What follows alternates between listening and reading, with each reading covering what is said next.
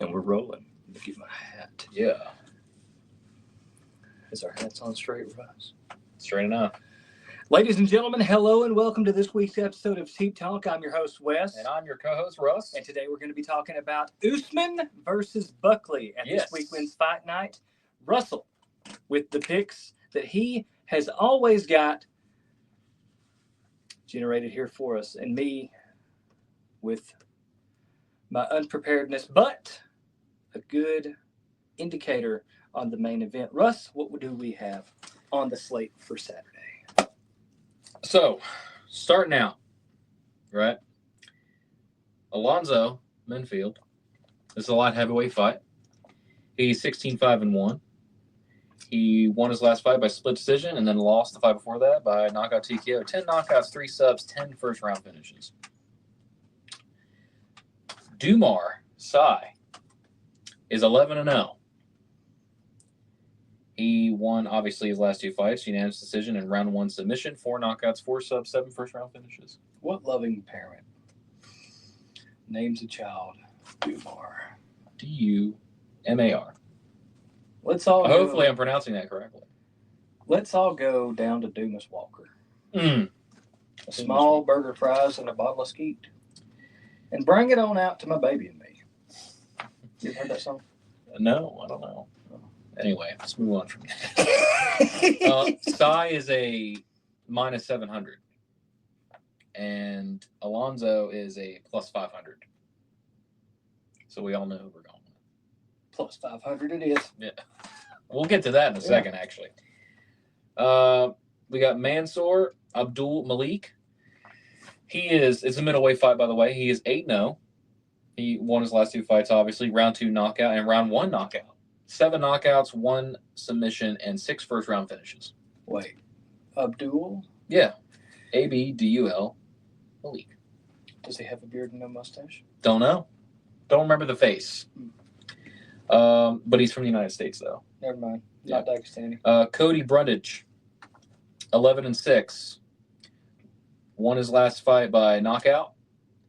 And the other one was a no contest. 6 knockouts, 3 submissions, 7 first-round finishes.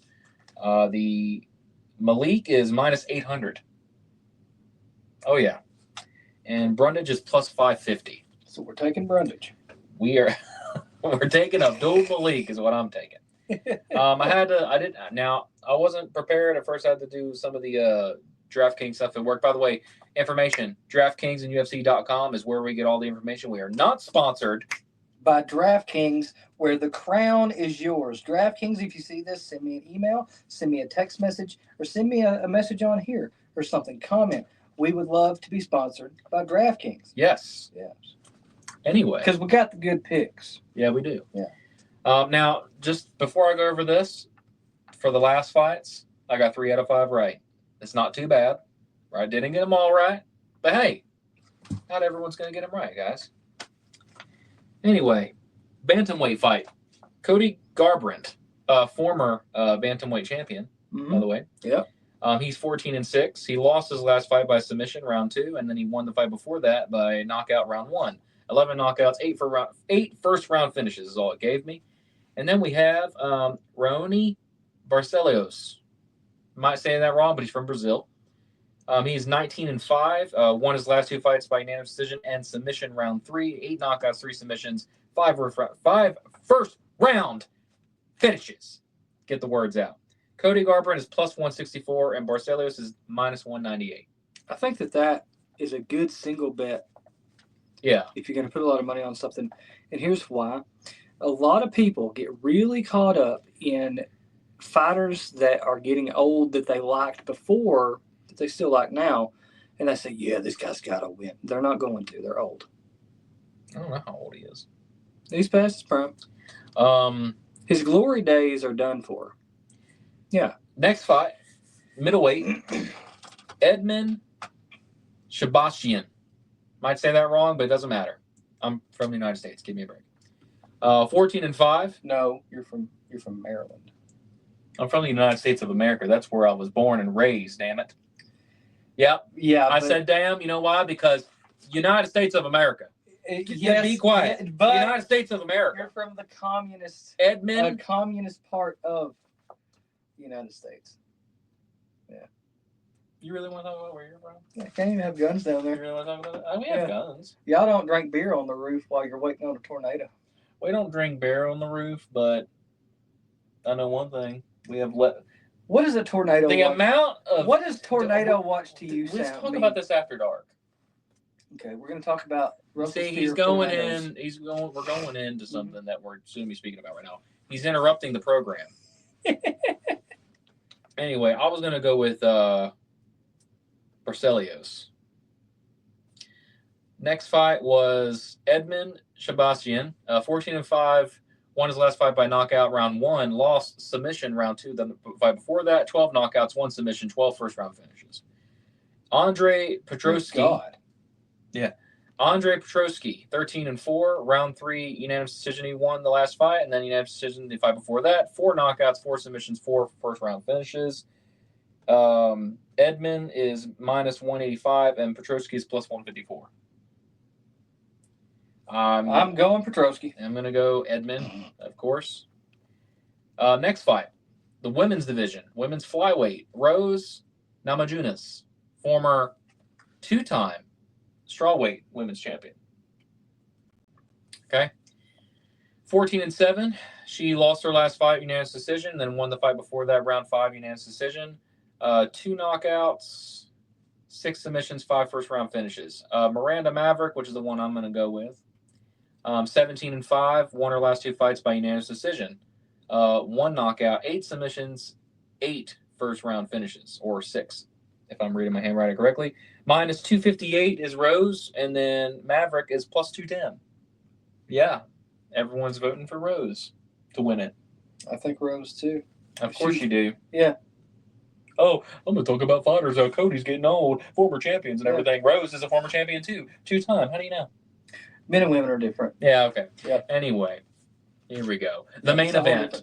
We're at the main event right now here. I want to hear your synopsis on this. This is the one thing. Usman, I'm excited for this fight. Welterweight, Usman, 20-4. Lost his last 2 fights.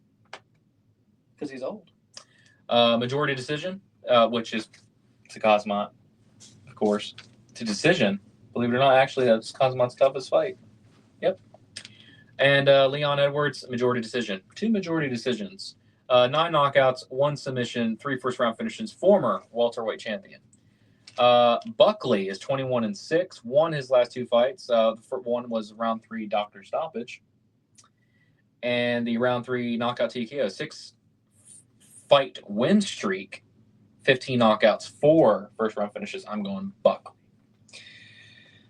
Here's my thing on this Buckley. Oh, let me say it real quick. Minus 278 Buckley, plus 225 Usman. Go ahead.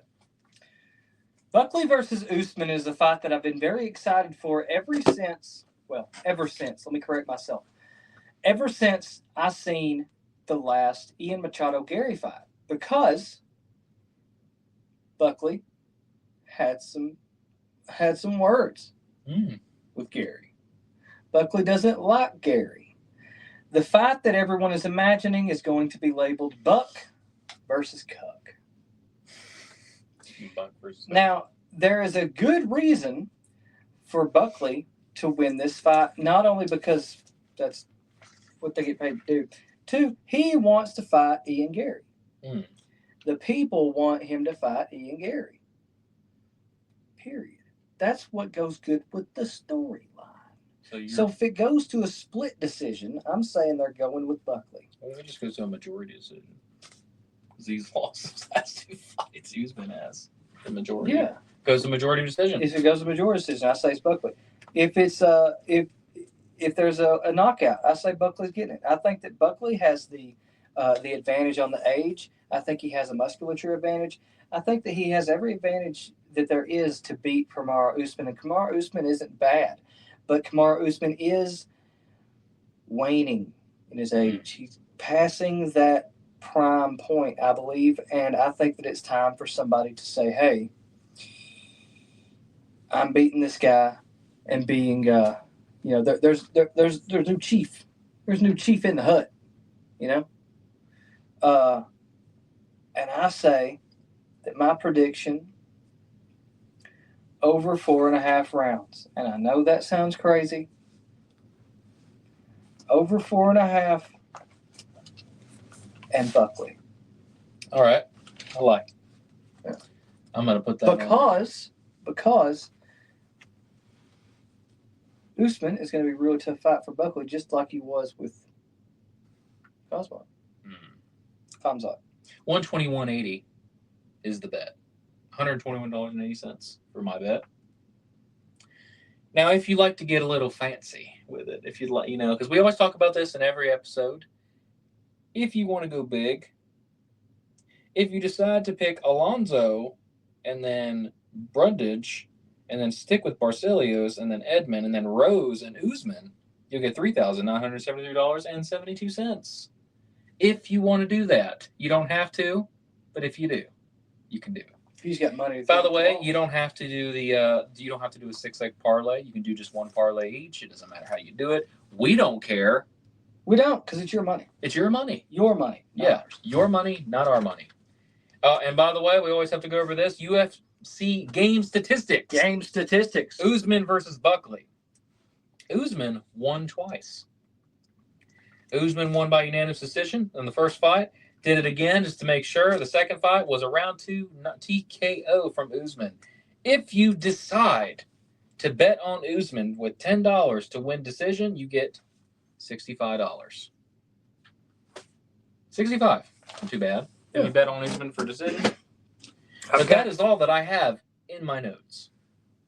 I've got orange juice today in a red Solo cup. Now, something about orange juice that I'll talk about in tonight's thing, but to give you another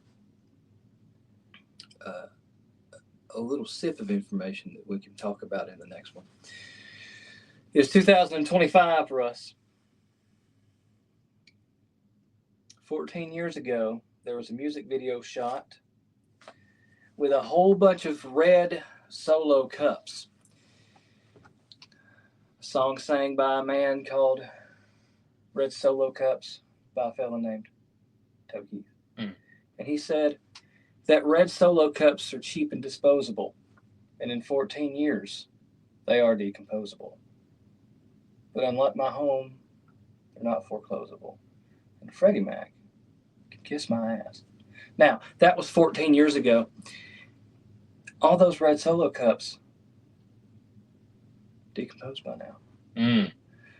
So I looked this up. And I realized that he's lied to us. It takes 450 years for a red Solo cup to decompose. I love how you're giving like a sip of information, but you're giving the whole information. Just a tad. And I hate the idea of global warming. We'll get into that because it's going to a deep topic now. We're going to get into that into the Which is after why dark. I use undecomposable cups. This guy. Anyway. Ladies and gentlemen, that concludes our episode to this week of Teep Talk. Follow us on Instagram. Follow us on here. Like, subscribe, and share. Tell your cousins. Share it with your cousins.